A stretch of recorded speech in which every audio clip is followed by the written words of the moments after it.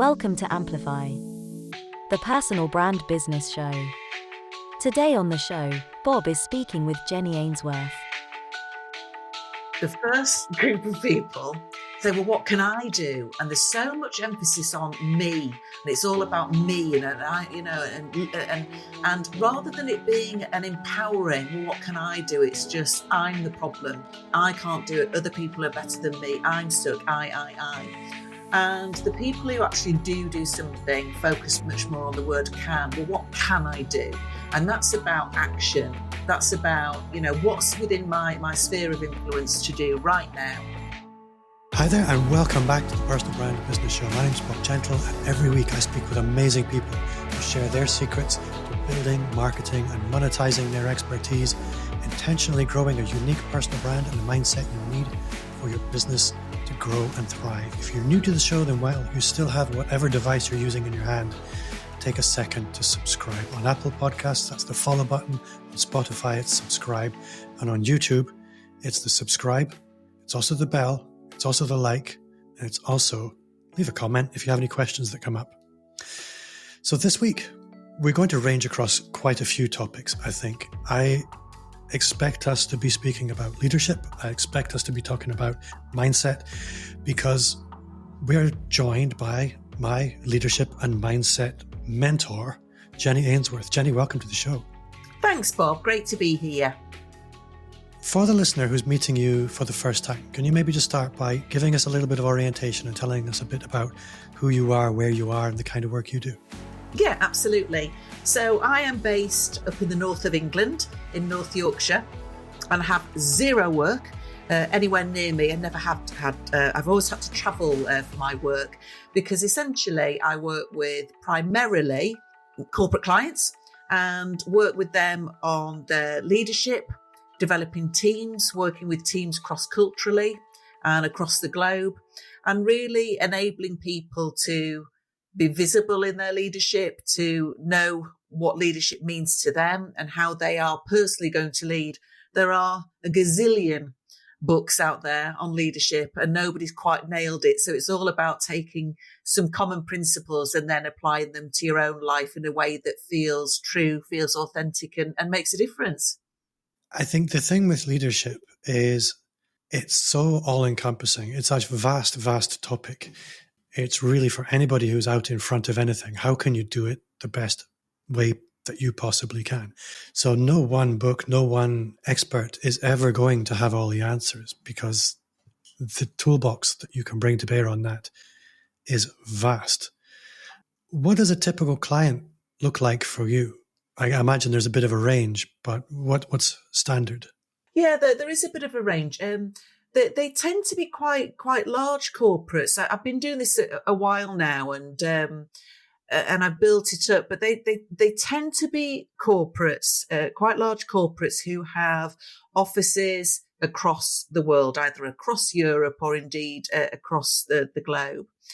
I work an awful lot actually with clients and people who have got promoted to the role of a leader through their own brilliance. They hit being a leader, and a lot of the time they hate it, because actually their brilliance is what they enjoy, whether that's being a technical expert, and very often it is technical experts and things like that. So whether that's software engineers, whether that's people in tech, anything like that. And then they get promoted because they're amazing, and they're expected to try and get the best out of people, and all they want to do is code, or all they want to do is to do their own tech stuff. So that's a real mindset shift for people to look at how to leave that behind and even grieve it a little bit, but then how to bring the best out of others, and to indeed to share some of that expertise with others, so everybody wins. I think something that I hear, and the cynic in me will tell himself that he often sees, is in large organizations, people tend to rise to the level of their greatest incompetence. That's the kind of natural scenario where we get promoted because we're great, we get promoted because we're great, and then we're promoted into a role where we're maybe not great, and that's where our rise tends to stop. So in large organizations where they don't have processes for managing personal growth, and professional growth, that can lead to a really calcified organization where they're just not very dynamic because everybody's probably in the roles one beyond where they were optimized. And so I'm interested to hear from you the kinds of organizations that you maybe don't work with, or that what kind of organizations would typically not engage with somebody like you, and what are the consequences of that? Oh, that's a great question. Interestingly, some of the corporations that I have struggled with over the past have been public sector corporations who often have a lot more money than you could imagine. You expect them to be scrabbling about down the backs of sofas, but the big government departments often have a lot of money, and they have been told to do a certain amount of leadership or development or whatever, but there isn't the real desire to change that culture. It's just a case of we've been told to do it. And if you think in government departments, half the time the ministers are changing and all of that sort of stuff, there is no real appetite to change and to be better, to be different. They just wanted to buy a program in and get it done. And that really wrangles with me because I want to make a difference. My reputation is everything. And I don't just want to take the check and run. And it's incredibly depressing working with people who think, well, what can I do? And you always find an odd person like that. And heck, I've thought it myself at times. Well, what can little old me do? But there's a way out of that. But when you are dealing with masses of people who are quite indifferent to making a difference, I find that a real challenge. So I try to steer away from those kinds of organisations. And some of the questions I ask, what's the appetite for this? What's making you think that this is absolutely what's needed? How are people responding? What are they asking for? Because I want to make sure that A, people are hungry for it, and B, they're willing to at least try to put some things into action. Yeah. I think also in these larger organizations, there's often a culture, the kinds of organizations you're talking about, of almost covering up for each other's incompetence and unwillingness to change.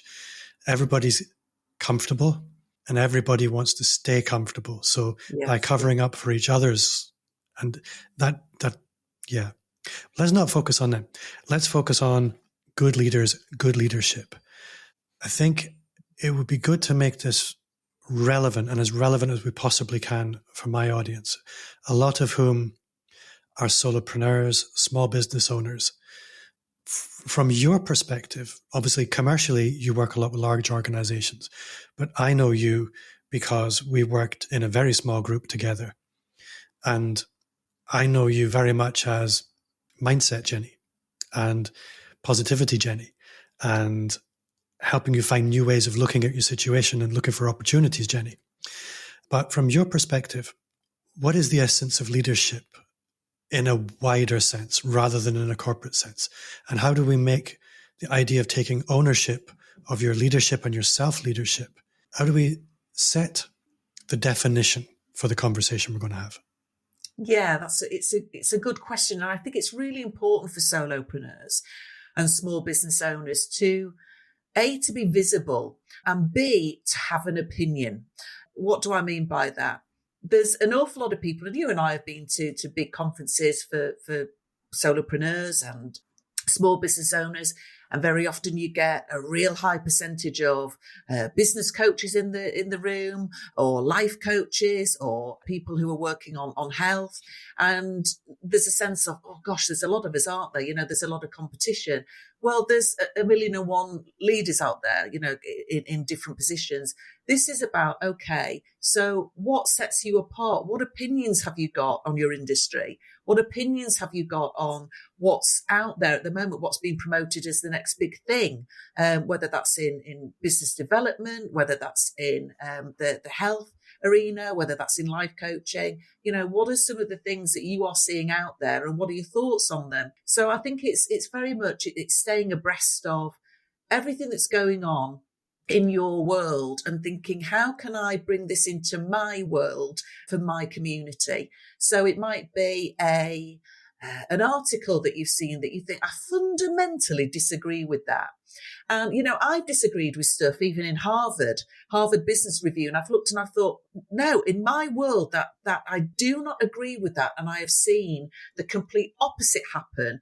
And so I'm going to share my thoughts on it. So I think it's one of those things of being strong in yourself, who you are, what you believe, what you think.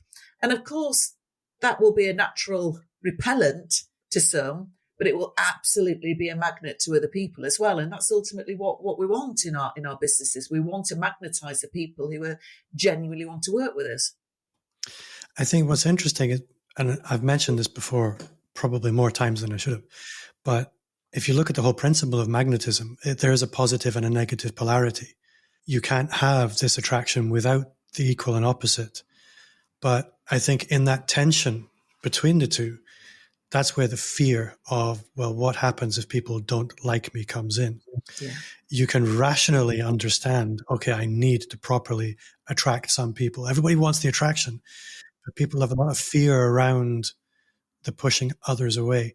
And then you see people like Donald Trump and Elon Musk, who are the most polarizing people you can imagine, doing extremely well, whether you love them or hate them. Mm-hmm. And you think, well, why do they not really struggle with turning so many people off? Because they do. Yeah. Elon Musk and Donald Trump, they turn off way more people than I could ever imagine doing myself. And yet they thrive. Yeah. So what's going on there?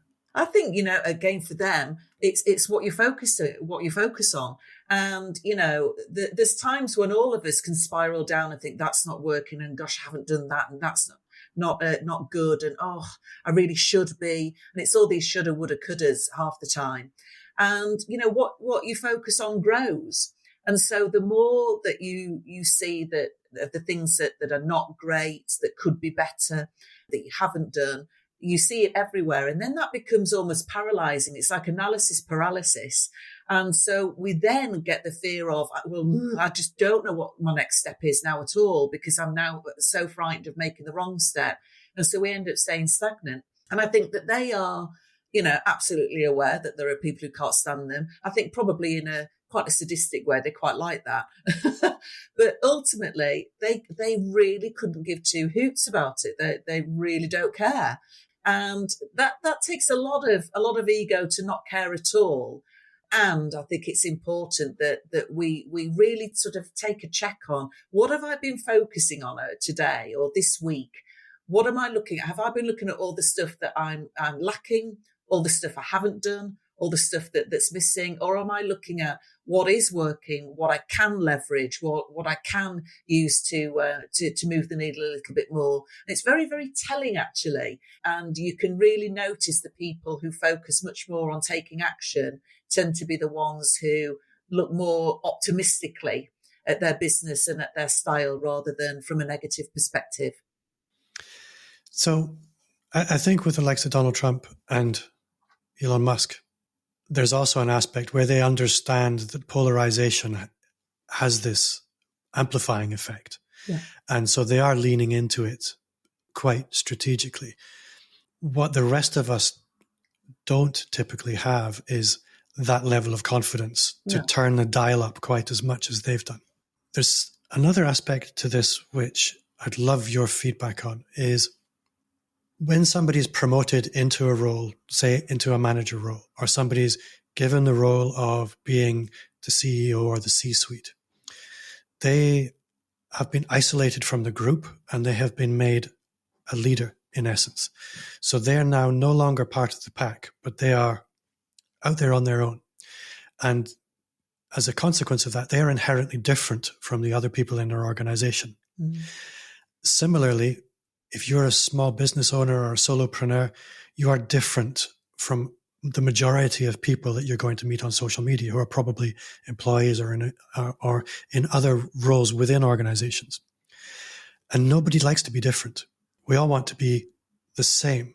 And you'll have come across Mike Michalowicz's book, Get Different, where he talks about how if we want to achieve any level of visibility, similarity is our enemy. Mm. If we're trying to market like our competitors or show up like anybody, we're going to be invisible because we are designed to ignore difference and similarity.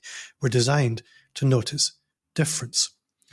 And that, I think, is what is probably the thing that's triggering the fear aspect most often, and actually where our greatest opportunity lies. Yeah. So how do you help people embrace that difference and lean into being visibly different? Yeah. A thought that just came to mind, I actually shared this story earlier on today with a corporate client. So my last corporate position, there were 6 people in my team and I headed up the team, so 7 of us all together. 5 of the team members out of the 6 were very, very alike and very similar to me. So very big picture thinkers, very strategic thinkers, very fast thinkers. And then there was Phil. And Phil was very detailed, very process driven, much more of a reflector, would really sort of think things through. And whenever anything had come up in the business that we needed to respond to, we'd all get into a room, we'd have a good old brainstorm. Right, so what thoughts have we got then? And I'd be going around everybody. Chris, what do you think? Oh, yeah, great idea. Deb, what do you think? Oh, love that. Yeah. Love it, Dave.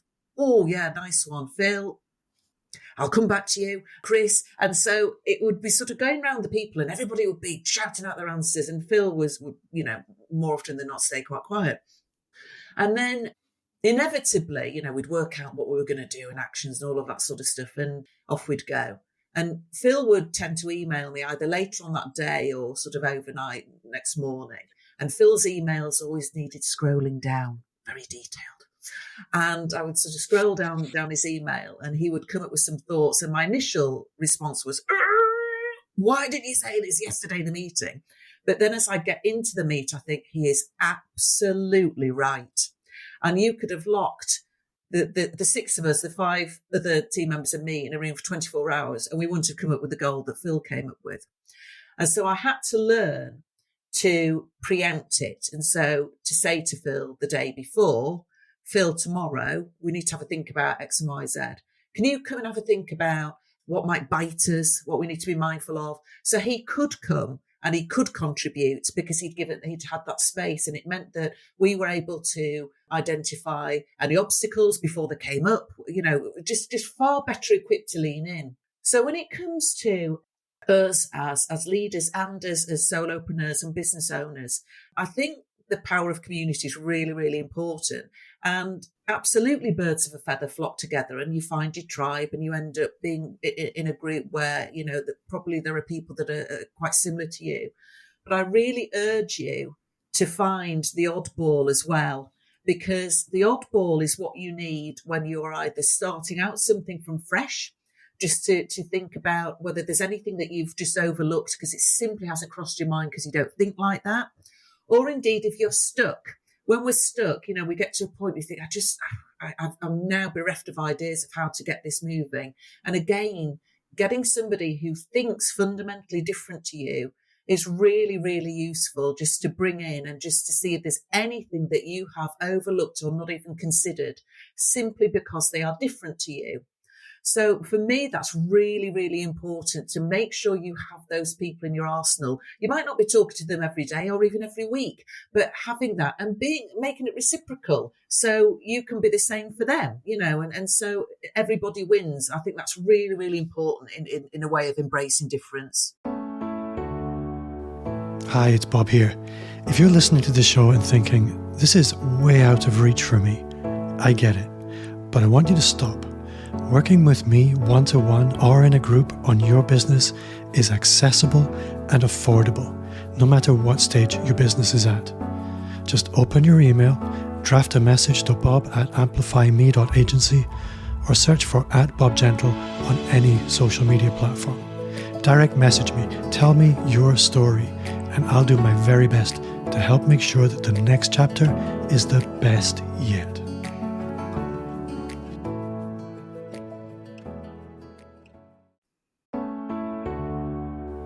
Hi, it's Bob here. If you're listening to the show and thinking, this is way out of reach for me, I get it, but I want you to stop. Working with me one-to-one or in a group on your business is accessible and affordable, no matter what stage your business is at. Just open your email, draft a message to bob@amplifyme.agency, or search for @BobGentle on any social media platform. Direct message me, tell me your story, and I'll do my very best to help make sure that the next chapter is the best yet.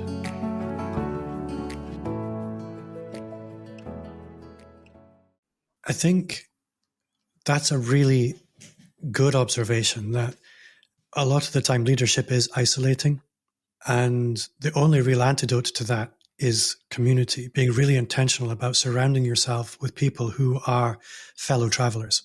Yeah. And from my perspective, from a personal branding perspective, a lot of what we're doing as thought leaders or micro influencers or whatever you want to call it, it's strange behavior. It's not normal. And so for me in the beginning, that was paralyzing. I didn't want to be the weird guy of all the people who knew me who was doing all this strange stuff online. But the more time I spent with people for whom it was normal, it normalized it for me and gave me permission to actually lean into finding my way to be visible.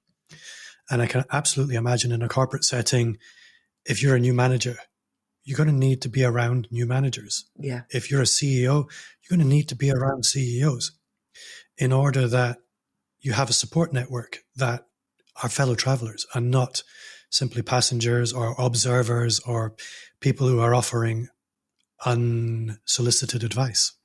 Absolutely, that's so important. And depending on where you are in your journey, that is massively vulnerable, because you don't want to say, leaders absolutely don't want to say, I'm really struggling, or I'm really challenging this area, because they think they should know it all. Solopreneurs are really reluctant, particularly, as I said, if you are in a group where there is another one of you. Now, we all know there isn't another one of you, but a similar business. There's the fear of must not, acknowledge or let my guard down that things are a bit tricky, or that I'm struggling a little bit, or I don't know what to do next, because what if they are doing okay? And so we back ourselves into a corner where we put the armor on, put the drawbridge up, etc., and we don't let anybody in. Now, I absolutely agree. I think it's important that you feel you've got some trust there and you build that psychological trust with people.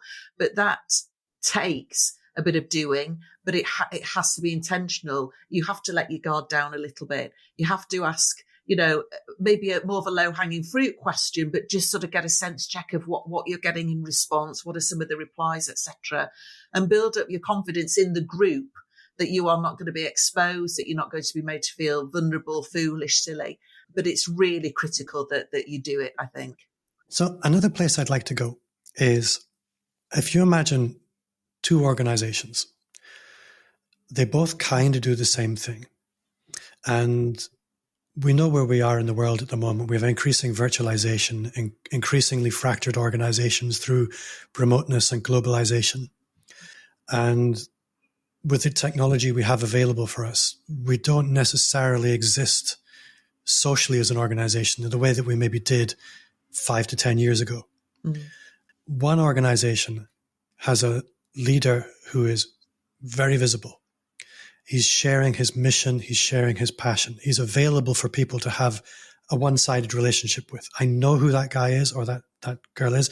I'm behind them. I love what they're doing. I feel emotionally involved in this business because of the way the leaders and the leadership tell their story, and they're out there visible in the world pursuing our mission. We have another organization that's very faceless, corporate, and bureaucratic. Which organization is going to win and why? Well, it's the emotional one. We've got to have something that we believe in. And that's the same with our solopreneurs. We can get wobbles and think there's so many people like me out there doing similar sort of thing. But, it's things like, so let's have a look at where your presence is. Where are you? Is your website a series of stock photos, or are you on there? because if it's a series of stock photos, nobody knows who you are. And people do need to have that emotional connection because, like I said, there's so many people doing such a similar thing. Ultimately, the differentiator is you. Is us. Is there something about this person that I like and I can connect with and I want to follow? So it might be how you word things. It might be how you phrase things. It might be your humor. It might be your empathy. But, I see too many, and I'm going more to the solopreneurs now, too many websites where there's too many stock photos and they're so obviously stock photos, and I've got no qualms in them being used, but it's who are you? Let's come out from behind the shadows and say, I am the main person behind here. I have a number of associates or whatever. You may not, and I get that, but you have got to come out behind the shadows. Otherwise, we're not quite sure of who's there. It's a little bit like the Wizard of Oz. And that's just popped into my head when they finally look behind the curtain. There's a poor guy, just sort of turning screws and dials and all of that sort of stuff. And he wasn't quite what he was making himself out to be. And it's kind of a little bit disappointing because you think, I thought you were going to be something more. And the reason why we hide behind all those stock things is because we don't think we're enough. And therefore, if we don't think we're enough, we get into that spiral, that mindset of, well, therefore I'm not. And anxiety can come in, and lack of confidence and lack of bravery. I think Andrew and Pete talked about bravery on a previous podcast. And I thought, yeah, that's exactly the word. It's not confidence, it's bravery. And they were spot on in what they said there. So, people connect with you. So what are you doing to be visible? That's my question. What are you doing to be visible?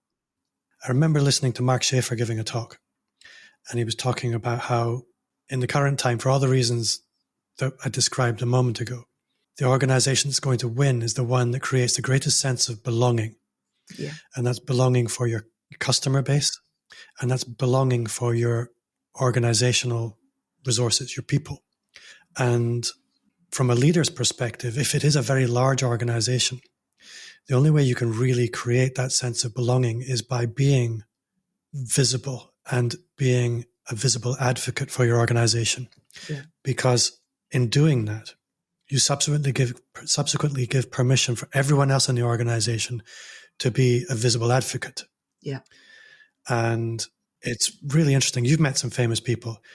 This feeling when you meet somebody who you know really, really well because of you see them on TV or you see them read their books and things like that. You know them intimately.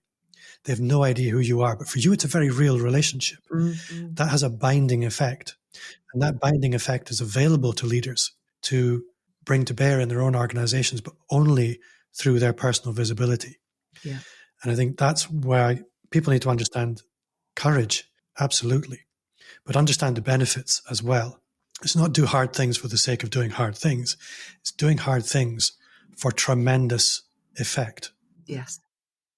So there was somewhere I was going to go next. I can't remember what it is. Thought leadership and fear, I think. Let's maybe go there a little bit. With the whole courage side of things, people will say a lot of the time, oh, I couldn't do that. Or there's an awful lot of reasons people will have why they can't do things. I'm too old. I don't like how I look. I don't like how I sound. I'm terrible on video. I look stupid on photographs. My opinions are often poorly thought through, and so on and so on and so on. We could wrap that all up in a big so what, but that's not helpful. So how do you help people move through the fear? Because you can't go past it. You can't go around it. No, you're absolutely right. You have to move through it. And I think it's, let's acknowledge that it's there, because there's nothing worse than somebody saying to you, oh gosh, don't worry about it. It's the most ridiculous thing to say to somebody who is worried about a thing, because, never in the history of the universe has somebody said, oh, okay, yeah, I won't bother. I won't bother worrying anymore. You're absolutely right. So it's a very real thing. And it's really about taking somebody down a funnel, really, in terms of what is the worst case scenario that you are imagining. And inevitably it is, abject failure and, looking stupid and blah, blah. And when you start to sort of bring people down the funnel, it's around, okay, how likely is that to happen? And very often it's not likely because of the prep that people put in.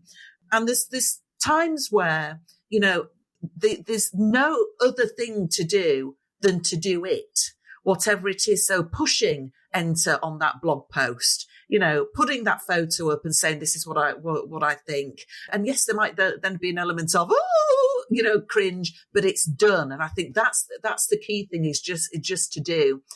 Clearly start smaller. This is not about, publishing some great tome or anything like that. But I think it's, doing fewer things more often, I think is the key to getting it into your mental muscle, and just to feel this is actually, it's doable and I can do this. So, the whole thing, I mean, I can absolutely resonate with the age thing. I'm 52 now, and I do hope that you get thousands of emails and, responses on YouTube saying she cannot possibly be 52. She must be 39. And I await those coming in. But, 52, a woman, there's a lot of new kids on the block, and not just new, but younger kids on the block with a lot of really good stuff to say. It's not just that they're coming up and they're the young pretenders. They've got some good stuff to say. They are value adding. They are making a difference. And, there is that inner voice at times, which is, God, am I still relevant? Are people still going to come and feel that I'm the right person to come to? And the fact is, people will come to you when and if you stay relevant, and that they feel that you've got something to say. So that's what I mean about staying abreast of what your subject matter is, sharing your thoughts on it, putting something out on LinkedIn or Instagram or whatever is the platform of your choice where you believe the majority of your people are. Say a little something. It doesn't have to be a great deal, but it's just show up, be seen, and live brave in terms of the things that you're doing, because then people are forging that thought and perception of you, and that connection, as you said, it's that connection, that binding tie that makes them think, I like what he's got to say, and I like the way she comes at it. Yeah. She's got a good angle, and the only way that we can do that is to keep showing up. One of the phrases on your website that stood out to me was this idea of being less edited. And I don't know, I think that might have been on a blog post or a lead magnet or something like that, maybe in your newsletter. I don't remember. But I liked the idea behind the phrase, because I think a lot of people, when they come to content and content marketing, they possibly polish things a little too much sometimes. Yeah. What's your perspective on being less edited, and how can we maybe give ourselves permission to maybe be a little more prolific and a little less polished? Yeah, I think it's the way to go. Now, being less edited, we're not sort of saying show up like you've been dragged through a hedge backwards, don't give a monkeys about what you're saying. No, of course not. But we can be in danger as leaders, as solopreneurs, of overthinking, and polishing it and polishing it and polishing the damn thing. And you've heard the expression, good enough is good enough. And for the perfectionists who are out there, that might, fill them with abject horror. I also have to say, here's my thought leadership. I don't actually think that many people are perfectionists. I think many people are afraid of looking foolish, of not coming across with the right impression, but I don't think that's perfectionism. And that's why they wait longer and they tweak a bit more and tweak a bit more and tweak a bit more, because there's a fear of, if I push the button, if I send this, what if? So apologies if you have laboured yourself and you have the belief that you are a perfectionist, and hey, let's talk. But there's something around, get it going. Pardon? Oh, okay. I'll come back to that then. It's about just get it going. And there are definitely things that I've put out there that I look back and think, oh, for crying out loud. Have they been seen by millions of people? No. Have they been seen by hundreds of people? Yeah. But also there's an element of, will some people have the same cringe factor as me? Absolutely not, because it's completely personal. Will some people have thought, don't know whether that's so great? Yeah. But the things that I put out right now, people will be thinking that. So again, to go back to Elon Musk and Donald Trump, it's, do I believe in this right now today? And if I do, bosh, send. There's definitely things I've changed my mind on over the years that I look back and I think, I actually don't believe that anymore because of the knowledge that I've gained, the experiences I've had. I've actually changed my position on that. And I have got no qualms whatsoever in standing up and saying, what I said then, I don't believe now because of these reasons. No qualms at all. I personally don't see that as a failing. I personally don't see that as being flaky. I personally believe that it's growth and moving with the more knowledge you get, the more experience you get, the more learning you have. But I'm interested to know what you think about the whole perfectionism stuff. Well, I would have called myself a perfectionist for quite a long time. And I realized I was using it as an excuse. And I think perfectionism, a lot of the time, is simply cloaking vanity. That I think that's the more profound thing is we want to control what people think of us. And it's impossible. It's just never going to happen. It's going to cripple you. It's going to cripple your business. So seeing it for what it is, vanity is simply a flavor of fear. It makes it much easier to move past. I think fear shrinks in the light. And the more you isolate what it is that I'm actually feeling, the more often you'll isolate it right down to its essence. It's fear. And there's only a few different flavors of that. Yeah.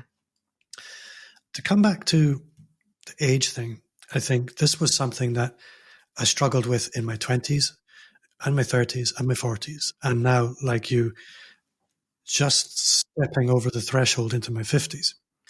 That when I was in my 20s, I thought nobody's going to take me seriously. Yeah. When I was in my 30s, I thought I wish I had the gravitas of a 50-year-old. People would take me seriously. Now I'm in my 50s, I'm thinking, and just in my 50s, I'm thinking, you know what? I wish I was 25. People would take me so much more seriously. Age is really not that big a deal. Yeah. I think what I've come to is you can be extremely successful at literally any age.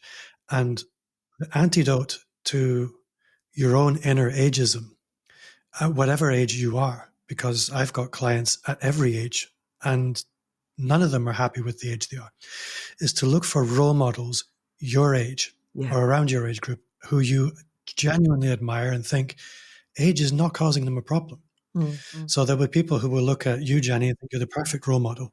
There'll be people who look at Andrew and Pete and think that's their perfect role model to help them understand how you can be successful at any age. 100%. It's similar to the idea of surrounding yourself with people who will help normalize your behavior. Yeah. You don't necessarily want to isolate yourself with a group of other people your age because that's just limiting yourself. Yes. But certainly identifying role models and mentors who are a similar age to you, that will help move you past or through your own inner ageism, because a lot of the time it's a you problem. It's not an anybody else problem. Yeah, absolutely that. I was listening to a podcast on Tuesday and it was with she's called Dr. Gladys, and I think it's McCarray. Forgive me, I've probably forgotten her surname. She's 102, almost 103. Listening to her, the strength of her voice, she sounded like she was in her 60s. She walks 3,800 steps a day. And I was listening to this when I literally probably hadn't set foot away from my desk all day. So I was, shamed listening to her. She talked about how when she really found her voice, she was 92. She runs with her daughter. She's in the wellness space and doing an awful lot. I found her so ridiculously inspiring because of the things that she was saying, the things that she was doing, her absolute relevance to what's going on. It was just incredible. For me, that was a real heartening listen. And coming back to this whole perspective about relevance, when you've got a thought, when you've got an opinion, and when you can share it in a great way, there is always going to be somebody out there that says, yes, me too, and I want more of that. I think alongside this, the whole population dynamics, actually we're in the majority by far. And I don't know if we're biologically tuned to start to feel like we're in the minority as people in the second half of life. But that's not the case. Actually, the majority of the world is run by people who are our age. So it's it's a very false assumption that being older is an issue, but it's a very real assumption a lot of the time.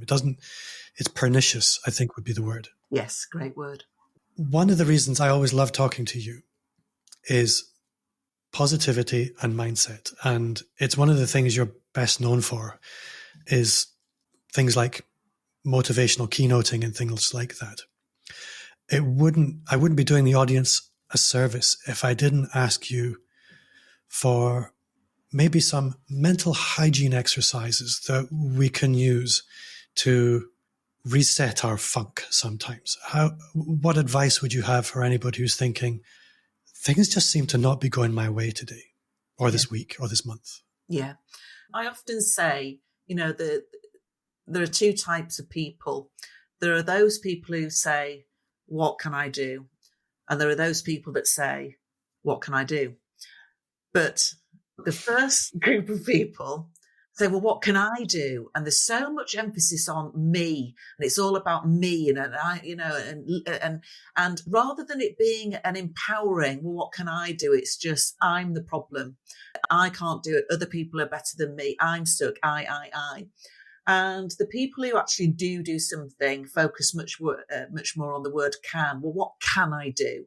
And that's about action. That's about, what's within my sphere of influence to do right now.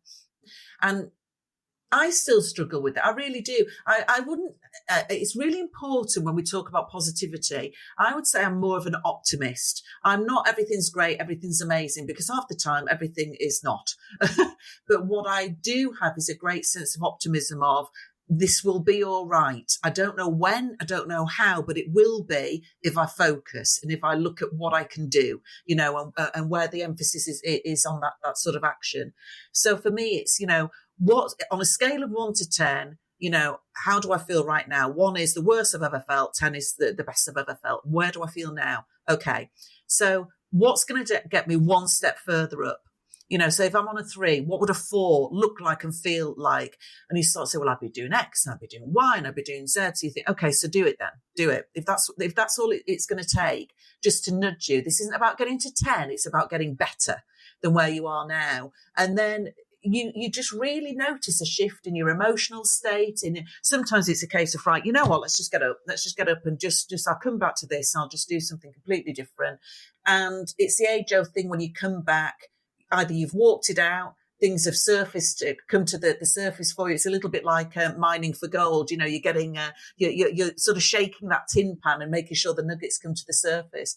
But I really think that when you're in a funk, you really notice how you're sitting. And very often you're sitting at your desk thinking, and you're sort of even slip down in your seat a little bit. Everything is saying, if anybody walked into your office and looked at you, would say, this is somebody who's not in a particularly great state. So it is that whole thing of changing your physiology, which impacts your mindset. What needs to happen for me to feel just one notch up? And that's really, really useful just for getting better. And I tell you something, when you start to feel a 4 out of 10 rather than a 3, it feels amazing. And then you start to think, well, what else can I do then? And it's that whole sense of momentum. I think, doing the one thing, it's like looking at Newton's cradle. You can't will those balls to move. You've got to pick one up and to action that one thing. And then the momentum starts everything else. And that's the kick for me. That is really, really good advice. Thank you, Jenny. If people want to connect with you, if they want to go deeper with you, how can they find you? What's the best way to do that? You can absolutely come and find me on my website. It's simply jennyainsworth.com. There's some free resources on there if you'd like to take a look, things on mindset, getting yourself fired up, things like that. Absolutely. LinkedIn, most of the platforms, just come and find me. There's not many of me around. And I guess my final question, what's one thing you do now that you wish you started 5 years ago? For me, and this is going back more to corporate stuff, it's asking for the sale sooner. By that, I mean, I have been very lucky in that I've got a lot of repeat business. People come back to me as sort of their supplier of choice. That's fantastic. But sometimes there can be a few months gap. What I've learned to do is if I'm working on something for a client or, again, a bit of thought leadership, I think this could turn into something, I'm liking this. is to go to my clients and say, don't know if you're interested, but this is something I'm developing at the moment. I think it would work well in your business, but absolutely, let me know if you'd like to know a little bit more. And I found that, that has a really good response rate. And by really good, I'm saying, 30, 40% of people come back and say, yeah, tell me a bit more. Or actually, I'm glad you got into, you've triggered something for me. Because sadly, we're not in the forefront of everybody's minds until they think of us. And so that has been really good for them to come and say, do you know, that sounds really interesting. Yeah, I want in. Or we're not quite there, but now that we're talking, actually, there's something else that's coming along the pipelines. And so being proactive in going back to them and saying, this is what I'm interested in at the moment and developing, how does that sit with you? And that's made a massive difference to my business. So I wish I'd done that 5 years ago for sure. That's a really good answer. Don't be a wallflower when it comes to sales. Yep. Jenny, I have had the best time, but that does bring us to the end of another episode. And thank you at home for listening. If you did enjoy the show, then I would invite you to leave a 5-star review wherever you listen to podcasts. And if you are on YouTube rather, remember that's the like, also the bell, and the subscribe button, and a comment if anything popped up as we were chatting. And if you did enjoy the show, then you will love the Personal Brand Business Roadmap. It's 100% free as a gift from me. 50 pages of everything you need to start, scale, or fix your expert business. Just visit amplifyme.agency/roadmap or just hit the link in the show notes. Jenny, you have been awesome. Thank you so much for your time. Oh, I've loved it. Thanks, Bob. Always a pleasure.